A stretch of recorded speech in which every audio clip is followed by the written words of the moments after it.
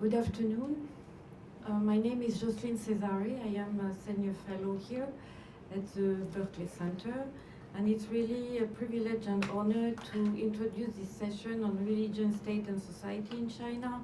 To give you a little background, it's part of a series on religion and nation that started a little before COVID and that has been going on now for a couple of years. It's related to the recent research I made on the role of nation building in the politicization or modern politicization of religion, and one of my case studies is China. So I will give this framework I came up with in a comparison with other cases like India, Russia, Syria, Turkey, and then give the floor, and I will introduce them now like this. We can move on smoothly from one to another. So my two colleagues here are experts of China. So after my introduction, Professor James Millward, who is Professor of Inter-Social History at the Walsh School of Foreign Service, will talk for 10 minutes. And then Haiyung Ma, who is Associate Professor of History at Frostburg State University, will also give 10 minutes of remarks. And then we open the floor for questions and answers. Knowing that part of our audience is online, we will also allow questions from people online. So let me get us situated here. Here we go. In June 1996, the Falun Gong movement materials and documents were banned by the state. The Falun Gong was a movement, and still a movement, based on holistic medicinal practices. It had also a spiritual undertone. But what was very problematic for the state was this picture here. You see the mobilization, the mass presence in public space. This makes the Chinese state very nervous. The second reason why the movement was ultimately banned in 1999 was because of the critique of the regime by the leader of this movement. Again, the doctrine has nothing to do. Most of the members of the Chinese party actually were favorable to this kind of holistic approach. But the moment you show massive presence, collective presence, and you have a critique of the state as immoral, then you get into trouble. So that's in some way the framework to understand what is the situation of all religions in China today. That's not only that the state controls religious mobilizations and involvement in public space, but that it also demands allegiance as the first and foremost political but also religious priority for all religious groups.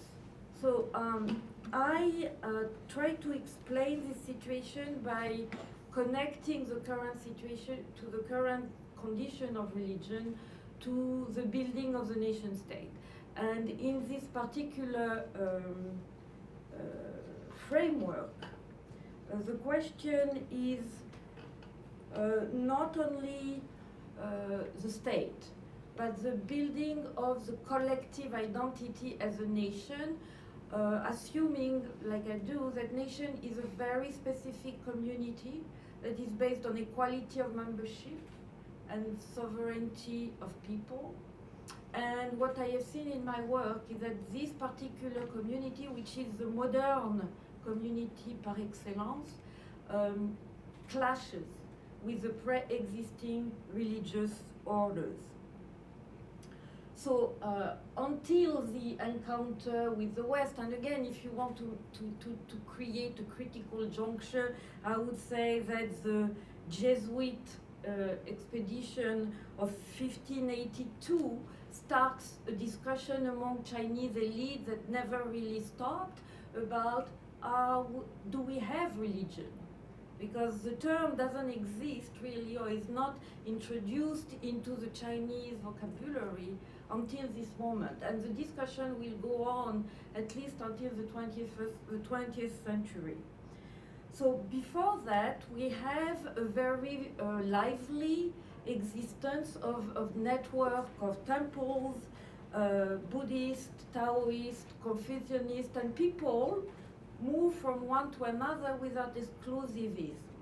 So that's the local fabric. And then you have a more organized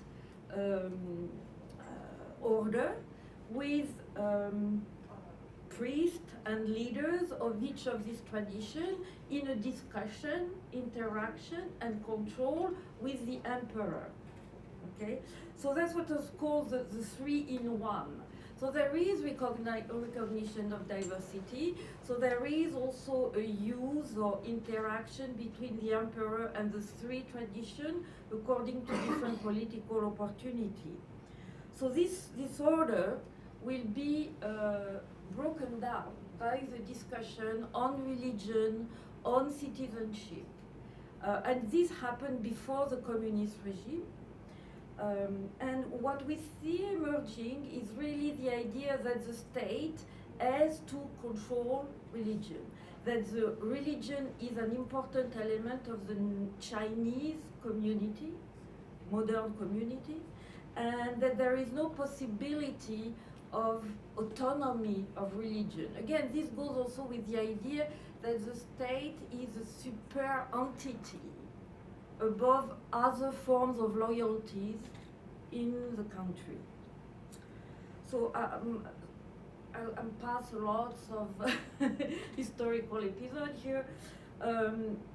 If we move to the communist period, in 1950, was built for the first time new institutions that's called national-wide patriotic organizations for Protestantism, Catholicism, Islam, Buddhism, Taoism. You will notice that Confucianism is not part of this organized religion because Confucianism is considered as, you know, the blueprint, if I can say this, of what is to be Chinese. So right there, this is what the nation does. This is the way that new organization will be built and allow the control from the top down and bottom up. So the diversity, the fluidity of the local groups disappear in some ways. Of course, it's still a huge territory to control, but the idea is to create this kind of channels that allow a relationship between each religion and the state. So, unlike what people also think, so there is a moment of the Cultural Revolution of Mao, but this is not, I would say, the most characteristic episode, and there's still the attempt or temptation, so to speak, to look at the Chinese policy toward religion through only the atheist, so-called communist angle, where I don't think it does reflect what is the status of religion today in the country.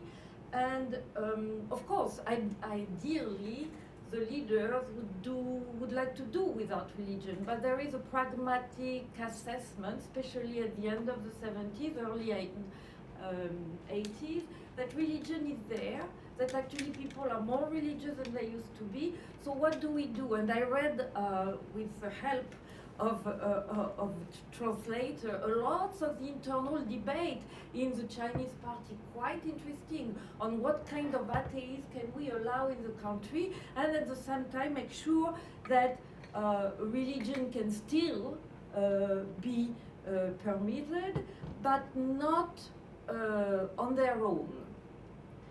So in the 80s, the term that comes is mutual adaptation, which sounds like a nice consensual approach, but that's not at all, in the sense that the mutual adaptation means that the state, and this is said clearly in a lot of the document, religion is good for social order. So religion is seen in China as a collective effort. The believer, the individual belief is not very important. As long as you believe whatever you want, that's fine. What is in the target is organization, collectivity, solidarity of community that can maybe clash with the supra or transcendent, so to speak, national community. So the four uphold, which were also part of the document, official document on how to deal with religion, is also a sort of memo of obligation of the religion vis-à-vis the state and China. So it means you respect the law, the people have rights, but your belief cannot supersede national unity and cannot challenge the integrity of the motherland. And right there, you have the issue why Xinjiang is a problem. It's not because of Islam as such, it's because of the conjunction of national unity and the integrity of the motherland. So that's why here, the Catholic, Roman Catholicism presents a problem for national unity because of the allegiance to the Pope, which is seen as a threat to this supremacy, sovereignty of the Chinese nation and the motherland. So what happened is that in the organization, as I mentioned, the cleric and the religious leader make a lot of adjustment to the theology, to the way of presenting themselves as believers, to make sure that they do not transgress any of these principles. And for Catholicism, it meant that all references to the Pope were erased. There are currently negotiations with the Vatican, and Pope Francis have tried to open a dialogue, but still, this is not a given, and this is not really still happening in the current situation. And so you have adjustment to the missiles and way of dealing with the mass service and so on. So for Islam, it's an issue that in the Chinese understanding and vision, Islam is not only a religion, it's also an ethnicity.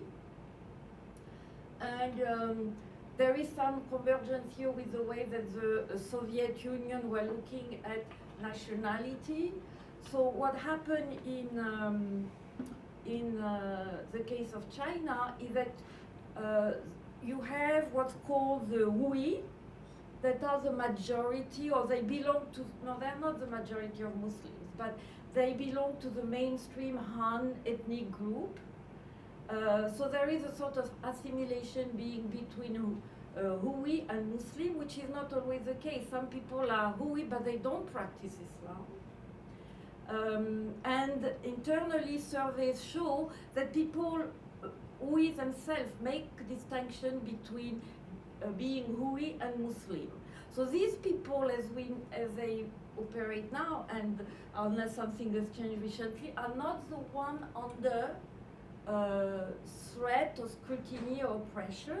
The one who are the Uyghur, because the Uyghur are considered as non-Chinese Muslim minorities. They are not the only one, but they are the most numerous one. And on top of everything else, they are located in a very specific part of the territory. And this is a pattern. This I'm pretty confident, I've seen it everywhere. The moment you conflate religion, territory, ethnicity, you have three reasons cumulated for huge crisis between religion and politics, and that's exactly the case. One of the terms that came very strongly in the work we did was splitism. I would not dare translating, but that's from the Chinese original term, and it means we cannot accept a cut-off of the motherland, which is a sacred land. So that's, I would say, the different way that religion appears as an issue, either because it challenges national sovereignty, either because it challenges territorial integrity, and that's also the case of the Buddhists in Tibet. Buddhists have no issue in the motherland, but the moment that the Dalai Lama claim independence, then the Buddhists become the problem, and that's the same thing for Islam. So that's my very brief, I would say, and condensed introduction, and without further ado, I would like to give the floor to Professor Millward. You can stay. Good. Well, thank you very much, Dr. Cesari, for inviting us to this. And I'll say I agree with your framework that you've just set up almost entirely.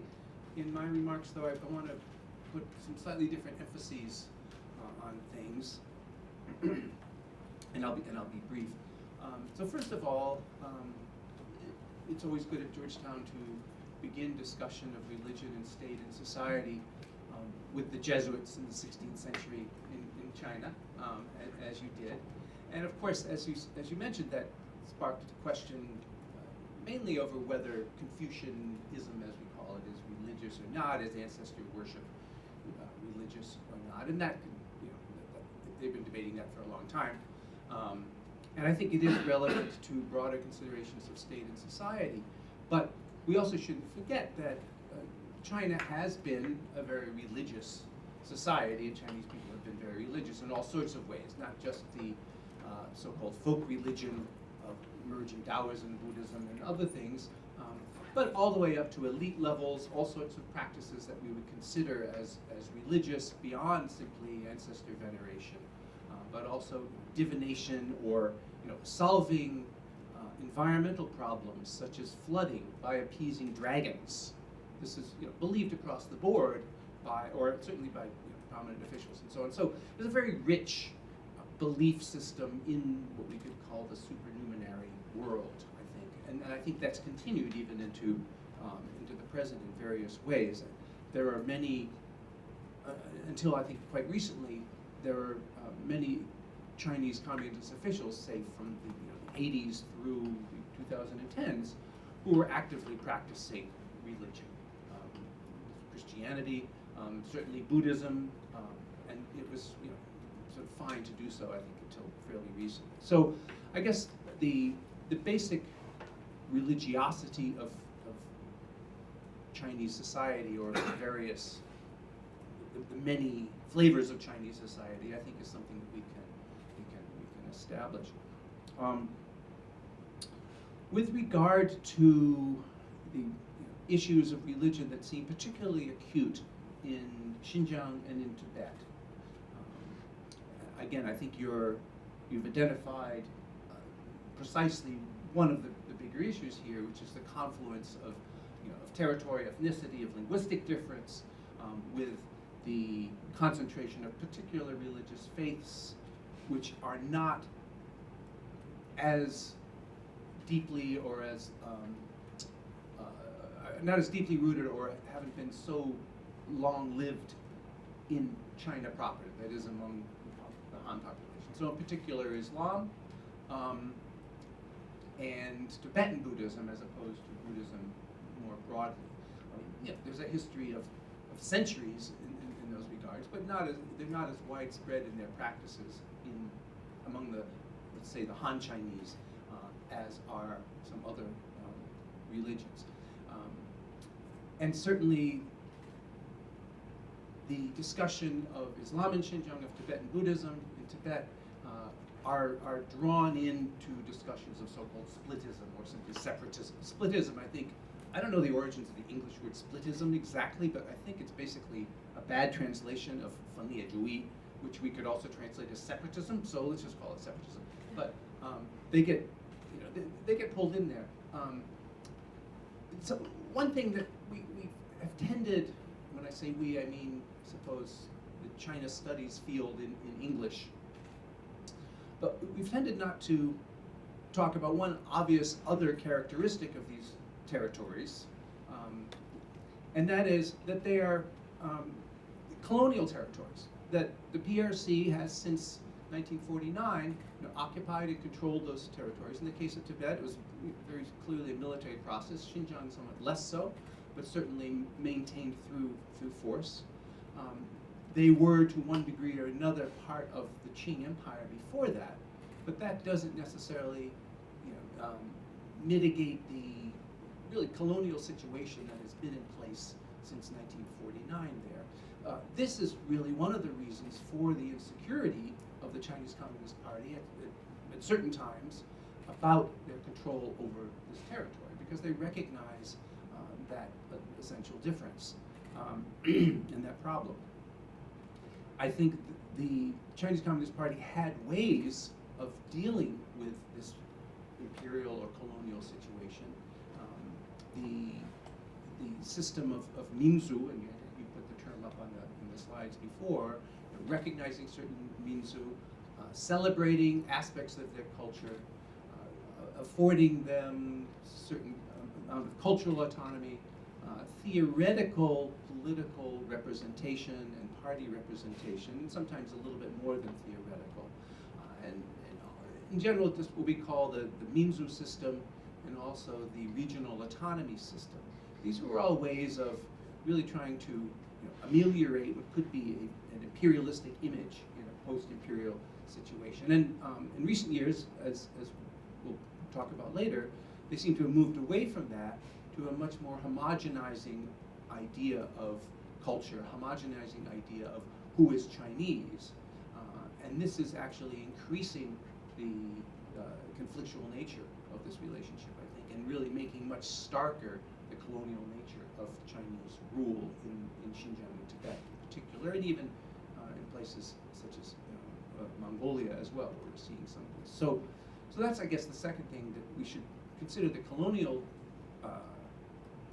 character as well as these other, as well as religious difference and ethnic difference and so on. Finally, to focus in on the issue of religion a little bit more. As you said earlier, I think the biggest threat is political, or the perceived threat, the biggest reason for the perceived threat of religion to the Chinese Communist Party is a political one, is an organizational one, and it's a jealousy of any other possible organizational holes that the party sees very clearly and fears and cracks down on. And so Falun Gong is the really good case study of that. And that is certainly the case. And I think that's a better way of thinking about it than thinking, oh, they're communists, therefore they're atheists, and they're trying to, right? Because the opposition to religion per se has not been continuous. It has not been that.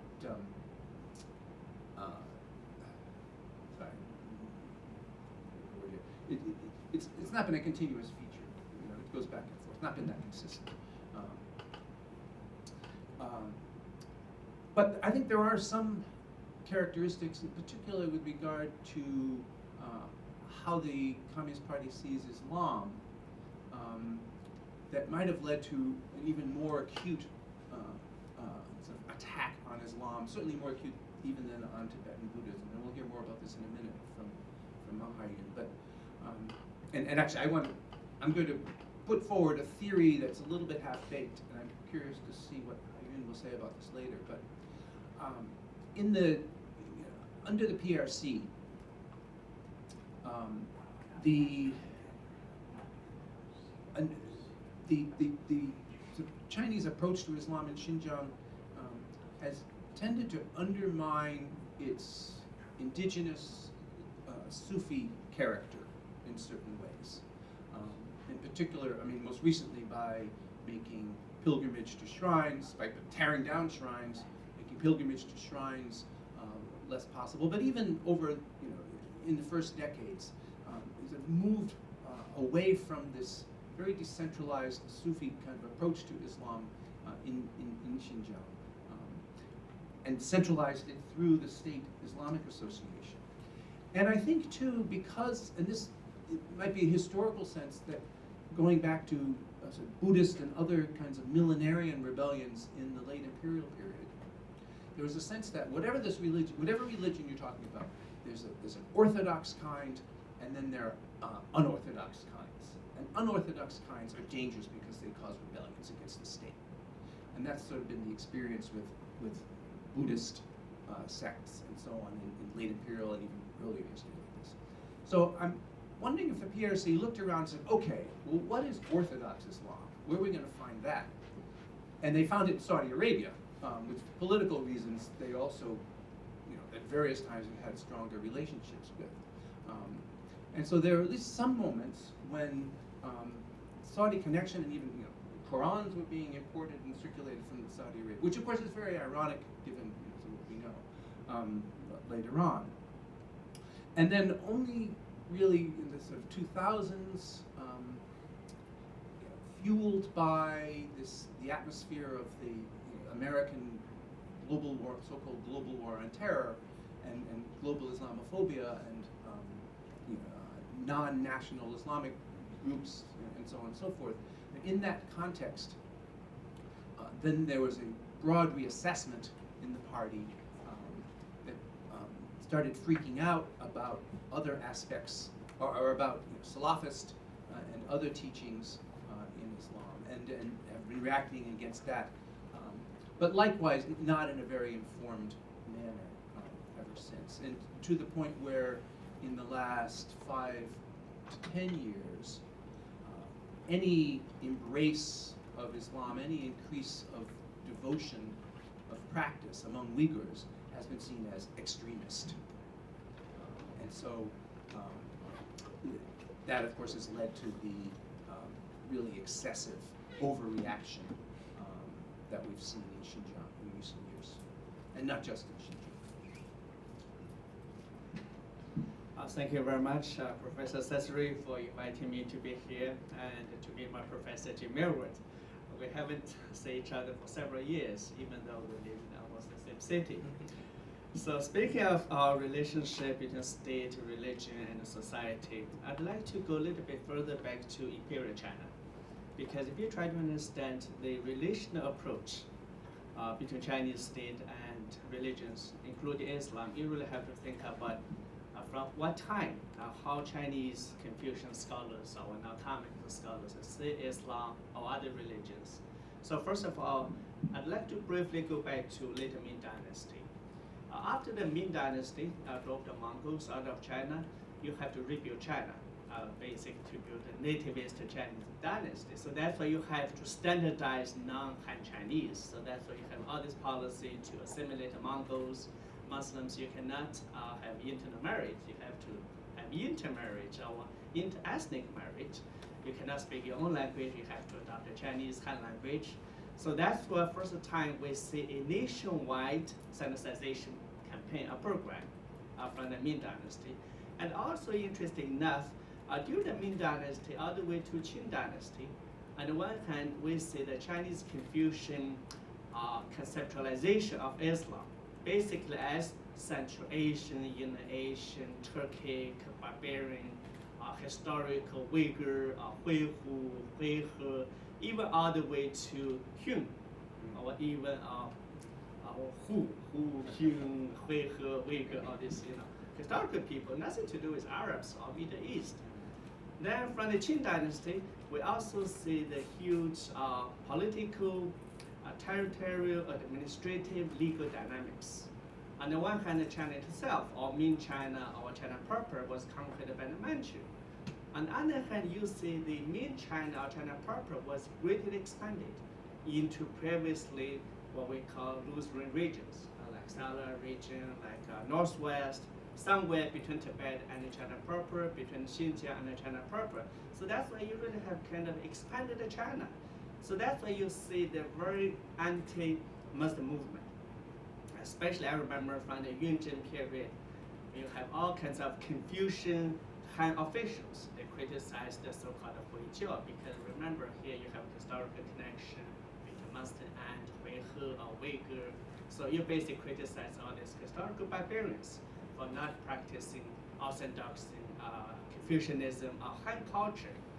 But the good thing I think at that time for Muslims or other religious practitioners is you have the Manchus as non-Chinese rulers. So that's what Manchus' identity, the Manchus conceptualization of China is not simply as what Chinese believed.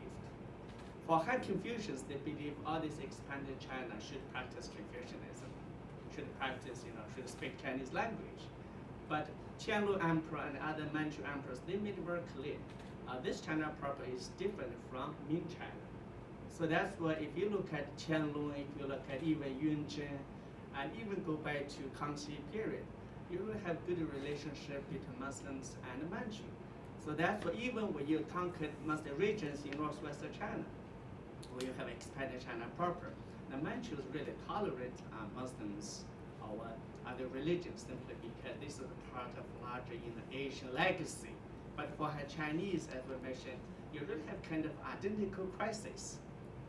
If all these expanded territories into northwest is not China or China proper, then how can you have a Chinese identity? So that's what we really see several cases in the Qing dynasty. It's about Han Chinese, especially very patriotic Chinese. They try to make Chinese as Han as Chinese, or political subject as Han. If you don't practice Confucianism, if you don't speak Han Chinese language, of course, you are not really orthodox practitioner. You're not really political patriot. So that's why you also have all these, struggles from the Qing dynasty.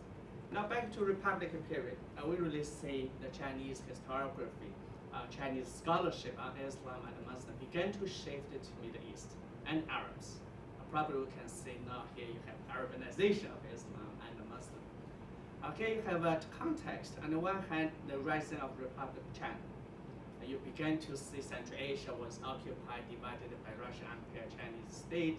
Then, on one hand, you have all these rising Arab countries, especially Egypt, especially Saudi Arabia, and also interesting enough, if you look at the Republican period, the Chinese scholars, including Muslim scholars, Christian scholars like Chen Yuan, like Bai Shouyi, Ma Jian, they really began to identify some Islamic legacies in coastal China, especially in Quanzhou, as early Arab culture. They really call this, Chinese Arab communication can be dated back to pre-Prophet period. You can imagine. You really have Arabization of Islam during the Republican period. So that's what here we see nation making, nation building, and also the tie of Islam to the Middle East from Central Asia. So you have huge shift in historiography and scholarship. Now we talk about communist period, as Professor Cesari just mentioned. You really have all this atheism on one hand, religious on other hand. You really compete for loyalty, sovereignty, national unity. But it seems to me, since 1980s to 2000 to today, you have several factors that really affect the Chinese policies towards Islam and the Muslims. The first one is the collapse of Soviet Union. As Professor Millward just mentioned, because of all these concerns about separatism, splitism, China began to, I think from 1997, conduct the so-called anti-three evil forces. Of them, anti-extremism, terrorism became very much, targeted against Middle Eastern, or Arabs, or specifically Wahhabism. So that's why you can imagine, early 20th century, you have Arabization of Islam. Now, by the end of 20th century, you really have anti-Arabization of Islam. So that's the first factor. And then in 2001, we have the U.S. war on so-called anti-terror war, or counter-Wahhabism gain a new momentum in China. So that's why not only in Xinjiang, but also in interior regions, Islam began to be targeted, regulated. This is really the second factor, I would say more like an external factor, influence Chinese policy towards Islam. You can say west from northwest direction, that's the Soviet Central Asia. Because of the collapse of Soviet, China really worried. But now you have Afghanistan, southwest, you have counter-terror war, so that's why you really have all this tightening policy. Then from 2016, I think that's really different, because from 2016, for the Communist Party, you really had, in my memory, the first time highest level of the CCP conference on Minzu and religion, ethnicity and religion. interesting enough, you do not really have ethnic cadres or religious leaders to attend the meeting. All CCP hierarchical officials, highest in the level, talk about religion, ethnicity. Basically means CCP want to, they basically try to regulate, standardize, or probably we often use standardize Islam. So the question is, by this time, if you look at China proper, Muslims, Chinese-speaking Muslims, already standardized from the Ming and the Qing dynasty. How can you have second standardization? My explanation is, by this time, you really have kind of, if you think about in the US, we have very popular, what we call populism, Trumpism. In Russia, you have Make Russia Great Again. Then, of course, in China, you have China Dream, Make China Great Again, or rejuvenation of Chinese nation. So basically, I think they're in the same in terms of nature. They try to practice kind of majoritarian populism. So that's for anything not majoritarian, ethnic minorities, special administrative like Hong Kong, Macau, Tibet, Xinjiang, Mongolia, you have to be administratively, legally, culturally standardized. So that's where you have really second out the signification. So that's when people talk about standardization, I think from 2016, it should be precisely called unification. Because by this time, if you look at all these CCP ideologies, their writings, they try to create a unique China, which basically means Han China, which reminds us of the Qing Dynasty discourse, Han Confucian. They talk about what is China proper. Now we have the same question, what is China?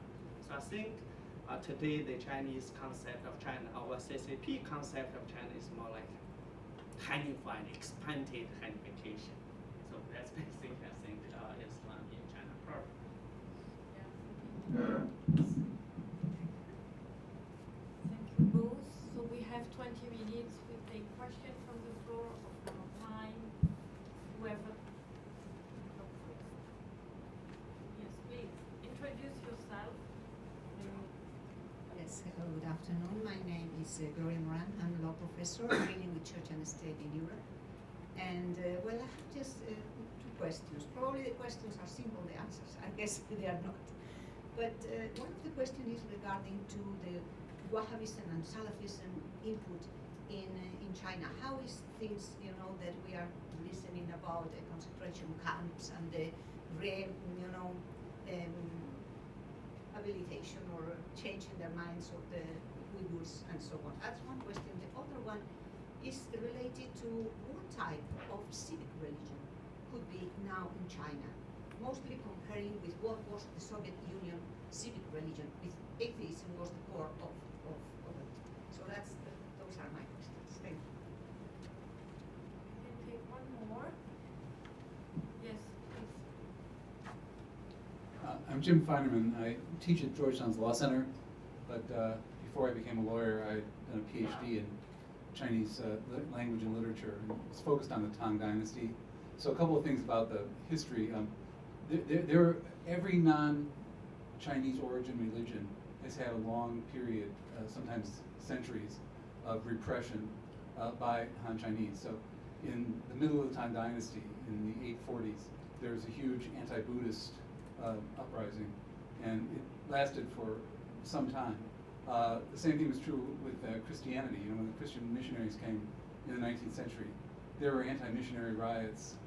And also, when the communists took over in 1949, 1950, one of the first things they did was try to Sinicize the non-Chinese religions. In the case of the Protestants, they eliminated all the denominations. They basically said there's a Protestant church, that's it. You can't be a Methodist or an Episcopalian. And the same thing with Catholicism. They basically said, sever all ties with the Vatican. There's going to be a hierarchy here in China, and that's what you answer to. You don't answer to the Pope anymore. And despite the recent, footsie between the Vatican and China, I think that that's pretty firmly established now. It's almost impossible to turn that around. So these are things of, very long-standing in Chinese history. And when we look even deeper into the past, we can find things like Nestorian Christians in China, sometime maybe even in the 200s, 300s of the current era, and also very influences that influences that were very inimical, or thought to be inimical, to the Han Chinese and the ethnic Chinese every time it came from somewhere else. Buddhism came from India, and What is your question? in Islam. Well, the question is, these things are, sort of essential to the Chinese sense of identity, especially in the post-1949 period, but they have roots that go back much further in Chinese history. So let's go this way to start with you. Try to address both. Okay, I try to address the first question you raised about Salafi and Wahhabi. And I think that's really interesting because when you look at history of Islam, in the early 20th century, actually the first sect I think arrived to China is not really Wahhabi, it's Salafi. Actually, even before Salafi, you have Ikhwan. And I remember when I was traveling Egypt, you asked me, what's the major sect in China? I said, well, one of them is Ikhwan. They say, Ikhwan? I said, Ikhwan is better than Wahhabi, right? They said, no, Wahhabi is better than Ikhwan. So you have Ikhwan Muslim Brotherhood, actually. Now, Muslim Brotherhood, Ikhwan really represent modernity.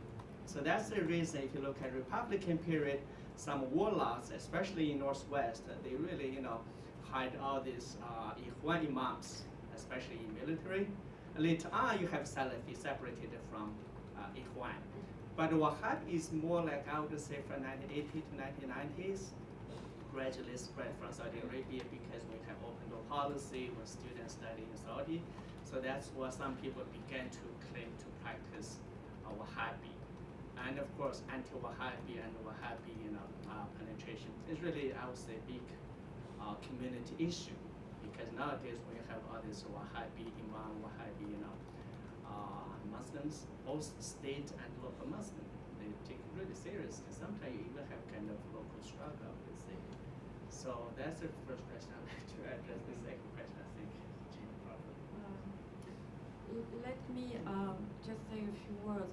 The question of Wahhabi Salafi may be used internally to explain greater control of religion even outside Xinjiang. But the province of Xinjiang is not about Wahhabi Salafi. What both you mentioned is what I've called securitization of Islam. Since 9/11, since the war on terror, it becomes very handy to say we are fighting against terrorists. The Russians do the same thing. So that's one thing. But the difference between that kind of securitization and the reality of the Muslim in Xinjiang is related to the territory and the ethnicity and the language. And I think that's important. It's not just the fear of Wahhabis like you would see it in Europe, for example. And to go back to you, yes, everything starts somewhere, but we cannot underestimate the apparatus of the state and the nation, this centrality, this attempt to homogenize beyond the tension of Hanafization or Han, I don't know how you can call it. Of course, these are the patterns, the kind of specificity. But what the nation has done is to provide a greater set of control. What's happening now, plus the technology, you cannot compare this to the tension of the Christian coming to the Chinese territory in the 7th or 16th century. There is something here in terms of encompassing that cannot be underestimated. And even now, since COVID, and people have changed, all the service, the fluidity that existed in the empire has disappeared. The capacity of controlling at the local level. This is, I can provide as many documents as you want, and that's not only Chinese, it's true in Muslim majority country, it's true in Russia as well, and this cannot just be said, it's like it was before. I always push back against this, what I call anachronism. There is a breakdown. There was a breakdown in Christianity too. It's not only that. And I think we have underestimated this breakdown brought by the nation and the state. The state is not an empire. I'll just first speak to Professor Jim's comment too. Absolutely, all points in history of states in China, we see anti-religious state efforts to push back against religious, to take back land from the monasteries and so on. As we see in Europe as well, right? There's lots of state-church conflicts there. So that's all true. But the part of the story which tends to get missed when we look at it that way, though, is the diversities of belief and the richness of belief that's also there, right? So, there was anti-Christian movements in the 19th century against missionaries, but there were also Dominican missionaries. We always talk about the Jesuits, in the capital, but there were Dominicans down in the countryside, thriving and sort of reproducing their own priests and so on, for hundreds of years. Likewise, one of the more interesting ways of looking at Islam in China that Ryan Thum, who's a scholar who's written about Islam in Xinjiang, but now he's working on sort of the Islamic practice and circulation of Islamic texts, mainly in Persian, as well as Arabic, all across China, is that the Venn diagrams of the Islamic world and of the Sinic world actually overlap a lot more than we think. And not only in Xinjiang and so on, but even in southern China. And a lot of the research on Islam in China to date has worked on translating Islam into Chinese characters. So Confucianism meets Islam. But actually there was a vibrant community of Muslims writing and in Persian and reading in Persian, right? So China is much more engaged with all of these Central Asian and even global or all Eurasian kinds of religious discussions from an earlier time than we tend to think. We tend to essentialize, this is the Chinese identity, and we tend to isolate it, and it's more complicated than that. Well, certainly now I think the civic religion is focused on the party. In Maoist era, it was focused on Mao. I think we're seeing now efforts to make it focused on Xi Jinping as the core, right? And you see very, very clear-cut efforts to insinuate this as a civic religion, putting up communist slogans in houses of worship, hanging that, insisting on that the Chinese flag be hung in mosques and churches, and these, taking down the symbols of, taking down crosses from the tops of buildings, for some reason attacking domes as a symbol of supposedly Arab Islam, which it isn't. But anyway, right? And then replacing that with very clear symbols of what Xi Jinping is trying to design as a Sino-centric or Chinese kind of thing. So, and civic. I mean, in many ways, it's a civic. It's attempting to be a religion. Period. I think, although not calling itself that, but you're really trying to fill that space, and with more or less effectiveness. I think. I'm not sure it's really that effective an effort, but it makes everyone know what they're supposed to say, and so people are saying that. Do we have question online? No? Question here in the room? Yes, please. Hi, my name is Brandon Williams. I'm a security studies student here at Georgetown University. The question's a little bit more simple. How has the Taiping Rebellion in the 19th century informed the CCP's sort of view on religious mobilization and the effects of sort of rebellion groups with religion? Well, that's what I was getting at with what I was saying before about thinking about religion against the backdrop of imperial experience, and I think there is definitely concern about religion as religion, or what is seen as heterodox religion in the party still, and that's coming from that historical experience of the Taiping and other things like that. I don't know if they, explicitly root it in that, explicitly point to that as a danger. But it's certainly there. I don't know, Haiyung, do you have thoughts on?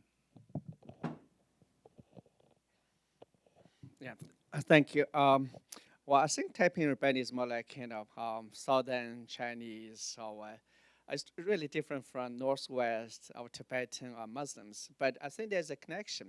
We have a Taiping rebellion. You do have several other rebellions like Nian rebellion and also northwestern Muslim rebellion. But I really don't see the root of rebellion is religious. For example, in northwest, I think around 1870s to 1860 to 1870s, you do have all this, so-called rebellions. But the root is really like Han and Hui conflict, social-economic conflict. And even when you look at the Qing dynasty, when you look at all these Islamophobic discourses, the roots are about official competition, it's about economic competition. So it's all non-religious rules. So here, I don't really think Taiping rebellion, if you really think that's the religious rebellion, that really don't have much aspiration, I think, for CCP to think about Muslim or Tibetans. As Professor Cesari just mentioned, from authority perspective, they probably more think about, today's Xinjiang, Tibet territory issue, unity, sovereignty, and of course, more like Professor Millward just mentioned, individual authority. If you think of the ancient time, you do have emperor, some heaven, but if you have a highest communist authority, you even don't have that kind of glory. So how can you make, for example, people say, hey, follow me, not this Muslim imam or Christian priest? So that's a really challenge. You have to eliminate all kinds of authorities at local level. So I think here probably Professor Millward just mentioned, if you try to make kind of, no matter CCP or individual authority, you really have to eliminate all other authorities, not only Muslim Dalai Lama style or even Confucian, I think, authorities as well. Just reminded me of one point I wanted to make before. So, in media accounts and just sort of as a shorthand for describing the crisis in the Xinjiang Uyghur region now, it's often described as China's repression of or of the Muslims or of Muslim minorities, and this term Muslim minority is frequently used. And I often try to push back against that, simply based on what happened since 2015, in the region. Because among the very first people to be sent either to these so-called vocational training centers, the camps, or outright imprisoned, were in fact the academic elites, artists, commercial figures, and in particular, even party members and officials, Uyghur party members and officials, who are, by law, atheists, at least in theory, right? So this is actually a much broader move against the Uyghur and Kazakh and other Turkic peoples and some Tajiks who are not Turkic peoples. Religion is one of the characteristics which makes them distinct. And it's obviously a very salient one, and it's one that resonates internationally when you talk about it, and of course still echoes with the global war on terror kind of sense that, well, Muslim minorities must be rebellious, therefore, right, they're a problem. But it was only part of the issue here, and we can actually see from the behavior of the state itself who they were locking up, who they've been persecuting, who they've been exercising transnational repression against abroad, including many not terribly religious Uyghurs and others outside of China, that it isn't really about religion. And I'm sorry to say that this is a panel about religion in the state in China, and I'm going to end it by saying it's not about religion. So it is about religion, but it's not only about religion, I guess would be what I would say. Yeah, if I can completely agree, religion doesn't exist as a discrete entity, and that's the problem we are having because we come from a type of scholarship where that's the doctrine, that's what people believe. Actually, what we are saying here is also what I've been showing, that religion is more about the belonging, the attachment to some collectivity, and that is what the most clash with the political order. The belief, yes, but because we have this vision coming actually from the European experience of the war of religion, that people fight for the belief.